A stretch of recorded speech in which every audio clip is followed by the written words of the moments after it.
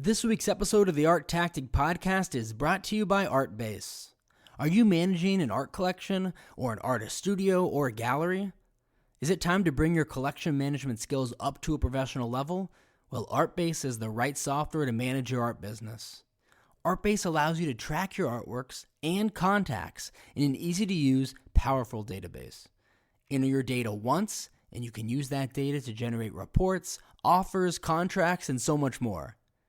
They've got a brand new version out with a whole new look that can be used on the cloud from any location on any device. So what are you waiting for? Go to artbase.com today to learn more. And be sure to mention ArtTactic for a 15% discount. Thanks for listening to the ArtTactic Podcast. I'm your host, Adam Green.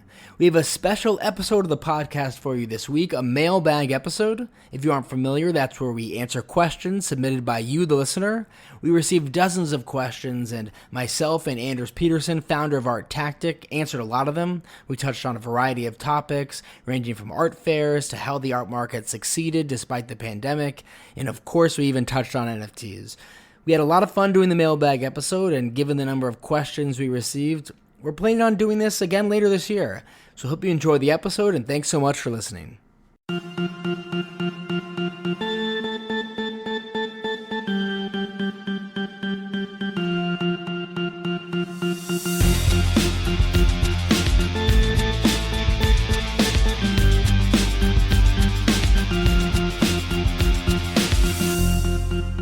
Anders, thanks so much for coming on. How have you been? Very well, Adam. Thanks for inviting me to this thing. I'm excited about it. Me too. It should be a lot of fun. So our first question is from Alexander in London, who asked, what was Frieze New York like? And do you think there will be in-person art fairs later this year in Europe, Asia, and the US? So I guess I can jump in and start answering this one since I attended Frieze New York last week. It was really an interesting week in New York City. It really felt like not just that there was an art fair, but it really felt like Frieze Week. And by that, I mean there was the art fair, there were auction previews for Sotheby's and Christie's with their major May auctions occurring this week. There were a lot of fantastic gallery exhibitions. It really seemed like the galleries intentionally scheduled some really high-quality gallery shows during this time. And then there were a lot of amazing museum exhibitions. So overall, it's a great time for the arts in New York City. The actual fair was pretty interesting. I think people really weren't sure what to expect leading up to it. It was an abridged fair. Normally there's around 180 galleries exhibiting. This year there are about 65 galleries. So it was a smaller, more intimate fair. In terms of people traveling, it didn't feel like there was really that many people from Europe, which is to be expected given the pandemic. Not many people from Asia as well. I did notice a good amount of people travel from different places in the U.S. So if we're talking about California, Texas, Florida, we saw a lot of that, which was a good sign. I kind of view this as a baby step for maybe later this year or next year for the full return of in-person art fairs. But overall, it at the end of the day kind of felt like a normal Frieze New York fair. The art was pretty good. There were a few exceptional booths. People felt really comfortable attending the fair. Frieze did a good job of limiting the capacity at any given time. So it never felt empty, it never felt crowded. Everyone felt safe. You had to upload a vaccine card or a recent COVID test. So everyone felt comfortable. It was great to see people in person and to network and to see art. And sales seemed to be strong, just like any other year. So overall, it was a good first step. You know, I definitely think Art Basel Miami will be happening later this year. And hopefully all the other fairs planned for the U.S. this year will be occurring, since I think from a logistics and perspective and just from operational perspective, it went really well and everyone felt safe. But yeah, I'd love to hear your thoughts being in London. How are things in Europe right now? What are you hearing about fairs and if they'll happen later this year in Europe and maybe even in Asia as well? Well, thanks, Adam. I mean, it sounds like you had a great time. And I guess it's a sort of, what you've seen is probably hopefully maybe a template for what we're going to see in Europe and Asia, you know, for the remainder of the year. Well, here I'm sitting in the UK, and it's just kind of, I guess, just gradually opening up bit by bit. Again, as you said, baby steps, I think is the kind of the term that I like to use. We are, I guess, in the process now of, certain kind of travel restrictions are lifted, although very limited in terms of where we can travel and how we can travel. So I guess just in sort of up until the summer, I guess there will still be, a fair amount of uncertainty of how much travel actually can happen. But I do think actually coming into the September, October month that we hopefully will be back to some kind of normality, and that the fairs, whether it's Art Basel in Switzerland or Frieze, FIAC and others will take place as normal, but obviously probably not normal as we would think prior to the pandemic, but in a more kind of controlled fashion. And I guess there will be more a sort of sense of a local aspect to these fairs. I think people are maybe going to prioritize their traveling, differently from what they've done in the past, and maybe now with limited options might sort of, prefer or prioritize personal travel and personal leisure rather than maybe more on the commercial side. So I think what you've seen in the in New York is hopefully, a kind of as I said, a template for what is going to happen later on this year for Europe as well. So it feels definitely much lighter now, and obviously with the vaccine being rolled out at a much more rapid speed in Europe at the moment, I think it bodes well for a return of a more in-person art market, coming into the autumn. So let's cross fingers that it will stay like that. Yeah, definitely. And I think an interesting part of that is that it seems like the situation's different in different countries in Europe. Like UK, it seems great. I was speaking to someone at a blue chip gallery in Europe who said, they really weren't sure if Basel, Switzerland will happen this year, but they seemed really confident that Frieze, London will. So it seems like, every month as we get closer and closer, we'll learn more. But, at least from my experience at Frieze New York, it was a good fair, and I'm hopeful that more of these happen this year instead of having to wait till 2022. Definitely. So our next question is from Otto Steinway, who asked, are you thinking about a new course about the NFT trend? So do you want to tackle that one? Yeah, well, it's definitely, we're actually doing later on this week, on Thursday, we're doing a little webinar to start off with, which is a conversation with me and the CEO of VArt to talk a little bit about, I guess, the NFT and the art world. I mean, there's been so much focus on NFT now the last 3 months, and it's, both in terms of the media, and I guess it's a kind of a term that is virtually, whether you talk to a 80-year-old or a 20-year-old, is something that everyone has an opinion on, seems to these days. So the answer is yes. We're starting a little bit slowly by first, as I said, introducing a webinar where we're also launching our first inaugural report on the NFT market, which is probably going to be a series of reports looking at different aspects of this market as it evolves. I mean, it's been sort of incredible and dramatic development in a very short space of time. So to try to kind of come up with a report that stays relevant in one go, we thought that actually it's better to do this in a series of reports. So the first one will be launched on Thursday, which is the same time as the webinar. And in terms of turning this into a course, I think we probably will do that. More likely that will happen in the autumn, when we have a little bit more perspective and a little bit more sense of how this market has evolved. I think we're, as I said, still a little bit in the flux of exactly what it means, and what it means for the art world in general. So I guess our angle is to really start to think about NFTs in the context of the traditional art market. To what extent is this going to impact the traditional stakeholders as we know them today? Should they embrace it? Should they stay back? Should they wait? Should they be involved? All these kind of questions, which I think it's important to bear in mind. But I think it's an incredibly exciting time, and I've never seen, as long as we've done research, which is over the last 20 years now, so much change in so much a short space of time, with potential consequences that I think could be long lasting, and actually it could have a dramatic impact in a positive way, I think, for the art market going forward. I don't know what your thoughts are, Adam, on this.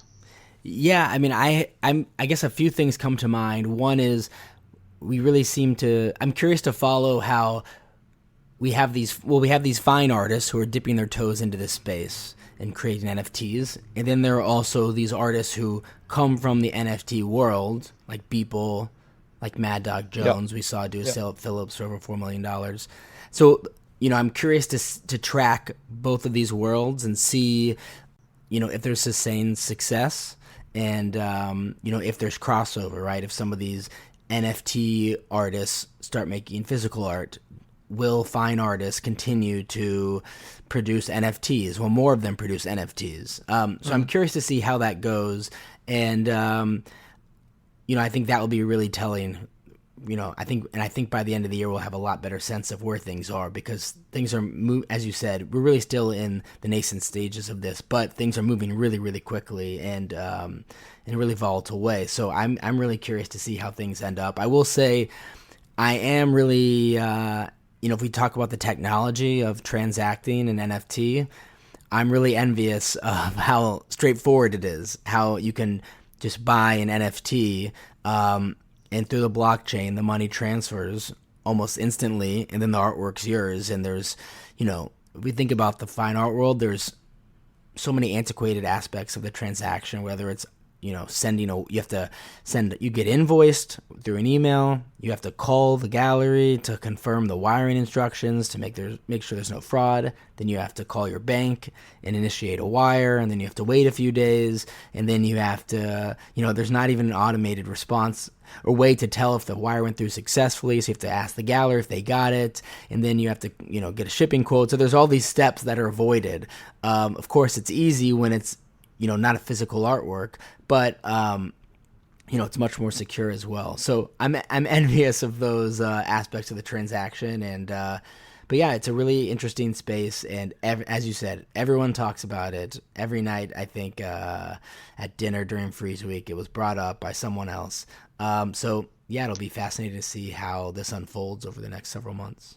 Yeah, and I think the just what you mentioned now is regarding, I think, the transaction element and the ease of just carrying this thing out, and I think this sort of concept of ownership, radically kind of thinking about a new concept of ownership, both in terms of what it means for artists, in terms of having potential recurring revenues from secondary sales governed by a smart contract rather than any physical intermediary involved.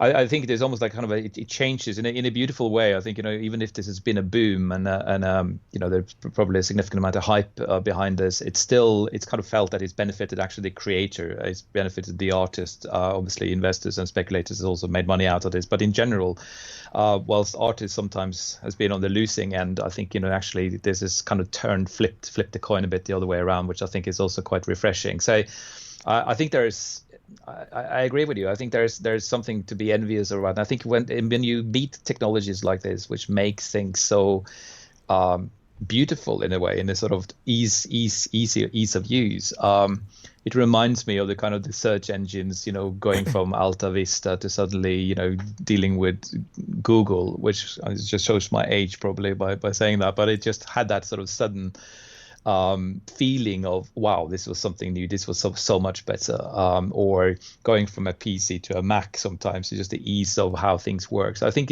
there are certain points where I think these technologies actually, just because they are so superior to what exists, it's actually in itself something that could cause change, also in the traditional art market as we know it today. So it's going to be very interesting to see what's going to happen going forward. Yeah, and also, that got me starting to think about one thing, which is, it makes sense the auction houses have really embraced NFTs. They're marketplaces, there's money to be made, so they're going to do it. But I think, at a certain point, I feel like maybe some established galleries, or maybe at least emerging fine art galleries, will want to show some of these NFT artists, because there's so much money there, and there is a collector base. It's different from the fine art collector base, but there is a collector base. So I think if that does happen, that will be really interesting, because while auction houses are there to make for a marketplace and to make the most money possible in an auction, galleries aren't just about selling the art, they're about cultivating and growing an artist's career. So I think that will be really interesting if that does happen, because I'd really like to see how one of these NFT artists' careers could evolve, and maybe they could do collaborations and projects, and the galleries would try to get them into traditional art museums, and so I would be really fascinated to see how that happens, and maybe that's the way in which there could be some more crossover with fine art collectors and these NFT artists. No, definitely. I mean, it doesn't need to be. I think a lot of people, when they see technologies like this, thinks like, okay, well, it's going to be disruptive, and it's going to, basically we have to kind of close the business as a result of it. I think in a sense, this could be a fantastic complementary channel, a little bit like in the early days of online sales. You could either see it as a threat, or you can embrace it, and you can think about this as another platform to cultivate and both the artist and help the artist, but also obviously the audience that occupies that particular space. And in this case, I think the NFT world there's both wealth there that is looking to be spent, and there's also obviously a next generation younger audiences involved in this that I think the art world might do good to start to reach out to. So I'm also, as you say, I'm quite exciting, and I think there's no reason why the traditional art world actually can benefit hugely from this by embracing technology. It's just that the art world in general tends to be a little bit slow when it comes to embracing change in general. But I think this is a real opportunity to also be able to shape what that NFT market might look in the future. And we might have, like in the collectibles world as we know it today, might have multiple layers and multiple segments, and each one has their own rules and their own tastemakers, etc., like we have in the physical collectible space. So there's no reason why these couldn't mimic that in the digital sense. Next, Jared from New York City asks, how did the art world not only survive but actually thrive during the pandemic? So I think there are really two main components there. One is the infrastructure that exists in the art market that enabled it to do so well while galleries were closed and everyone was dispersed across wherever they were. And I think a lot of that has to do with social media. Even before the pandemic, the majority of the art world was on Instagram. It's such a visual platform. It enabled people to discover artists, connect with artists, to connect collectors, to connect with each other and connect with galleries. So that infrastructure is really there before the pandemic occurred, and as a result, and people were really comfortable buying via JPEG, which is a big part of that. So I think that infrastructure was already there in place, and that allowed the art market to thrive despite galleries being closed and people not being able to visit art capitals like New York, London, Hong Kong. I think if that hadn't have existed, then I definitely think there would have been a lot more challenges for the art market during the time. Then I think the second aspect is just more of an economic issue, but really last March and April we had substantial shocks to the stock market, and there was a lot of concern in people's voices and people sitting on the sidelines that I hadn't heard since the last global recession. But really at the end of the day, every market, whether it's the art market, stock market, crypto, has recovered substantially just shortly after the pandemic ensued. I think people got a lot clearer picture of what this was going to be and how it might affect their finances. And also we've seen, I think, inflation for assets that have been consumed by the wealthy, such as art. So I think when you combine those two together, that's the reason why we're seeing the art market performing so well despite being in a pandemic. Yeah, I agree with you. I think it's been an exceptional year. I'm looking back on it, and we sort of obviously been tracking the online and the technology and the market, art and technology, and it's sort of for the last 10 years. And I think in addition to what you said, you mentioned social media, and I think had it not been there, I think you would have cut off the market from a very incredibly useful channel to reach out to audiences. I think if you look at these kind of initiatives, like the artist support pledge and other campaigns out there, which has definitely helped artists stay in touch with their fan base, and even being able to sell works and monetize some of that I think it's been amazing. I do think also in a sense that the pandemic has been a bit of a wake up call for the art world to embrace change and embrace technology. And I think obviously there was no choice during the last 12 months but to actually go online or to use technology, whether it was Zoom or any other things, to kind of communicate with your audiences. And I think in a sense, even if for many that might have been a tough transition, I think the art world has been remarkably adaptable to this change. With limited resources often, but has been willing to kind of embrace these difficult and challenging circumstances and move towards the digital. And I think even if we come out of this, this period, I think there will be a very substantial part of the legacy of these last 12 months that will remain, and that particularly will be sort of embedded within the how we perceive technology and the role of technology within the art world. So I think, and I guess we just talked about NFTs. I think this is part of the same thing. This is part of we are in a state of in a state of flux, in a sense that there's a lot of things that has to be questioned. How we did things in the past might not work in the future. We just talked about fairs. A fair today might not be like a fair in pre-pandemic, and I think we have to kind of accept that. And I think the part of what was amazing during these last 12 months, I think, is how the art world has been adapting to change and been willing to embrace these difficult circumstances, which I think it's made it thrive. I mean, the art world is a small, nimble, innovative space. It's occupied both by creatives in terms of the artists, but also the people behind the enterprises in the art world. I think are innovative, are creative, and have definitely done an enormous, I think, lift to keep this market going for the last 12 months. And I think that really sets up this market really well for years to come. And I think we'll reap those benefits as we go forward.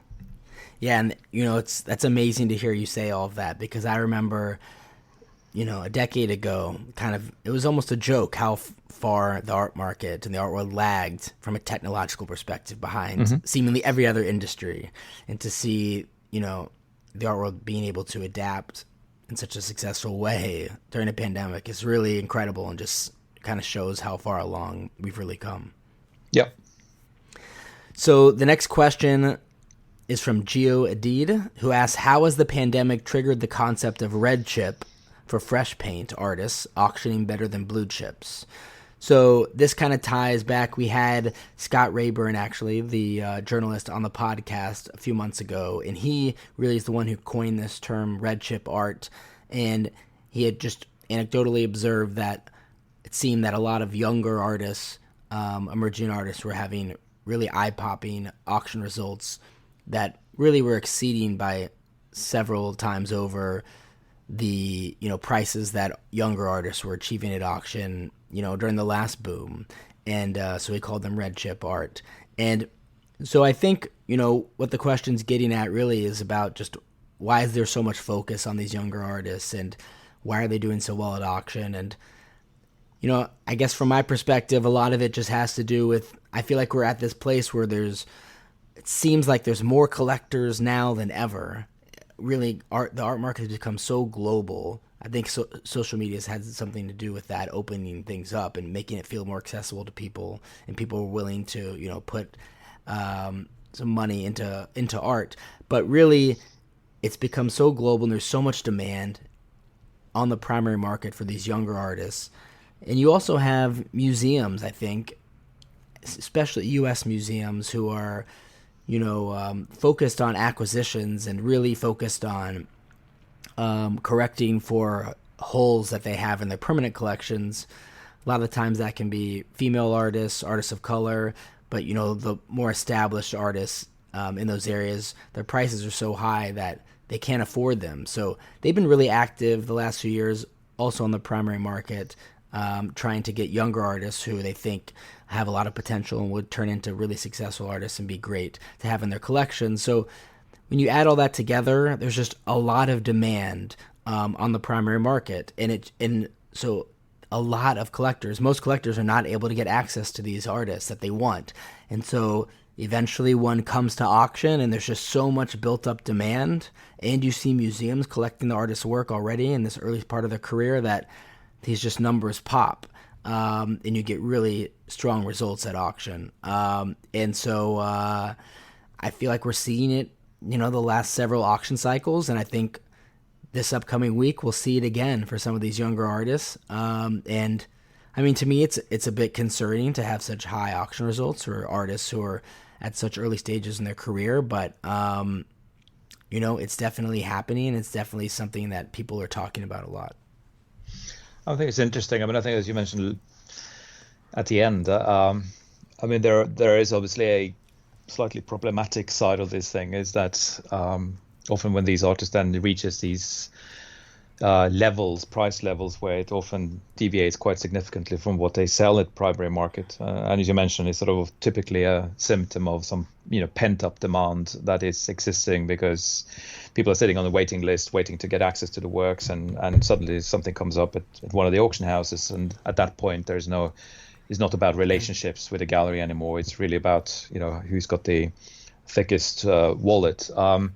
The problem, I think, then is how, what is going to be the future in terms of the sustainability of the career of these artists. And I think, obviously when you reach these levels, it's often speculation, more opportunistic buying. And you mentioned collectors and new collectors, and there is a sort of a, I think there are more people now in the market that is looking at the art from a financial perspective, looking at it more from an asset class. It's tough to get into the blue chip market without having millions to spend. And I think, sometimes these younger artists gives people the kind of the portal into an exciting market where there's huge upside potentially. But I think it does raise questions, I think, with regards to, what happens to these artists' career, after such a sort of spike in auction prices. And it's often very hard to sustain those prices. And often these prices will have to, in order to be sustained, they need to be complemented with,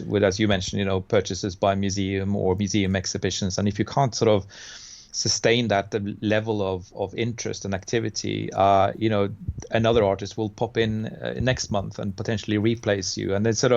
And I think this sort of shifting, this constant shifting, that there's new artists coming in virtually seems to be every auction season. I'm not sure how good that is, in the longer term, and how strong these artists' markets are in terms of sustaining that sort of, initial shock, positive in terms of prices, and then negative in the sense that the interest might sort of disappear. But I think, we'll probably, there are, I guess, plenty of examples in history over times where we do see these groups of artists doing really well in a certain point in time, and then many of them disappears, but maybe one or two out of that group of artists will remain. But yeah, no, there are. It's an interesting phenomenon that for me carries both certain challenges as well as opportunities.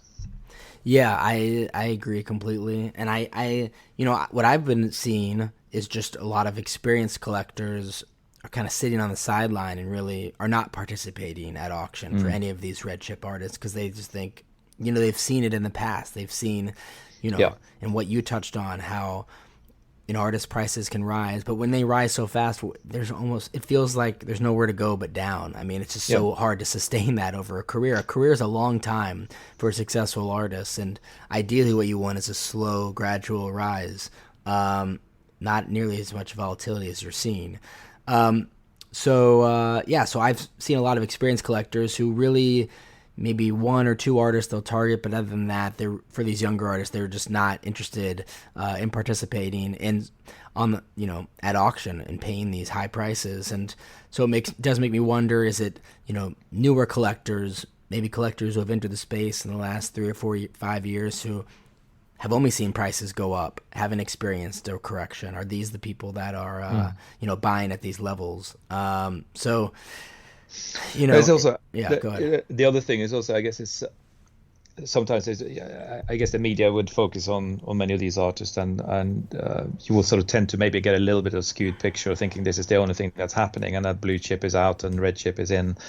I just looked at some figures from 2020. There was arguably the first 8 months of the year, but these red chip artists, accounted for about 4.5% of the total market, and 95% was still within the blue chip. So I think it's also is important to kind of bear things in a bit of a perspective. Is that yes, there is enormous amount of kind of activity and things happening among a certain group of artists, but still the blue chip is, I would say the dominant part of the market still. So sometimes one gets a little bit of a skewed view of reality, but it's a very interesting, and as you say, upcoming auctions, I think will will also tell us a little bit about where this particular market is heading in 2021. Yeah, I remember the last correction we had. I remember right afterwards, people started to refocus on these more established blue chip artists like Warhol, Kusama, Calder, all these names, and I thought, oh yeah, I forgot. It's like we forgot about all of them, but they're here. They've been here the whole time. They're in the art history books. They're important. So yeah, that trend will be really interesting to continue to follow and see where things go with it. And our last question for the episode is from Jennifer in LA. She says, I'm a new collector. What's the best way to learn about the art market so I don't make a bunch of mistakes? What would be your advice for her? Well, I guess for me, the art world is it's the pleasure of the journey, in the sense that it's not something that you can.